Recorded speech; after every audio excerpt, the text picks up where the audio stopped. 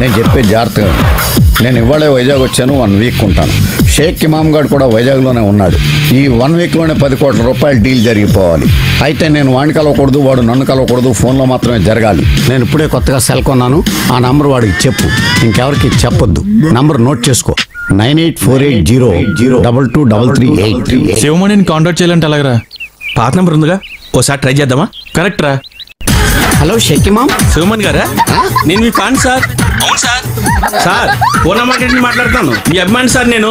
నాకు అభిమానులు ఎవరు లేరా సార్? మీ గురించి మీకు తెలియదు సార్, మీకు చాలా మంది అభిమానులు ఉన్నారు. నా గురించి నాకు తెలుసు. నువ్వు చేసింది రాంగ్ నెంబర్ పెట్టేసేయి సార్. 9848022338. కానీ నువ్వు చేసింది రాంగ్ నెంబర్ పెట్టేసేయి సార్. ఏంట్రా